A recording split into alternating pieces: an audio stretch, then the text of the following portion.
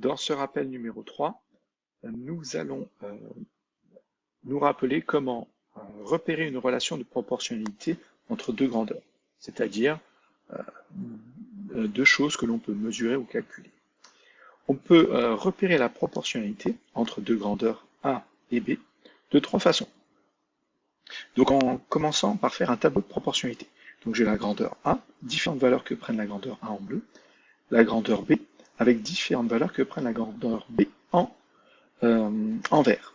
Et en fait, je peux m'apercevoir que je passe de la grandeur A à la grandeur B en multipliant par 3 à chaque fois. Donc les deux grandeurs sont proportionnelles. Ensuite, à l'aide d'un graphique, si on trace le graphique qui nous donne la grandeur A en fonction de la grandeur B, c'est-à-dire la grandeur A en abscisse, en ordonnée, pardon, la grandeur B en abscisse, et que j'obtiens une droite qui passe par l'origine, alors je peux dire que la grandeur A et la grandeur B sont proportionnelles. On peut très bien aussi tracer l'autre graphique en mettant la grandeur B en ordonnée, la grandeur A en abscisse. Et on obtiendra toujours une droite qui passe par l'origine si les deux grandeurs sont proportionnelles. Et enfin, une dernière chose, l'expression mathématique, c'est-à-dire une formule.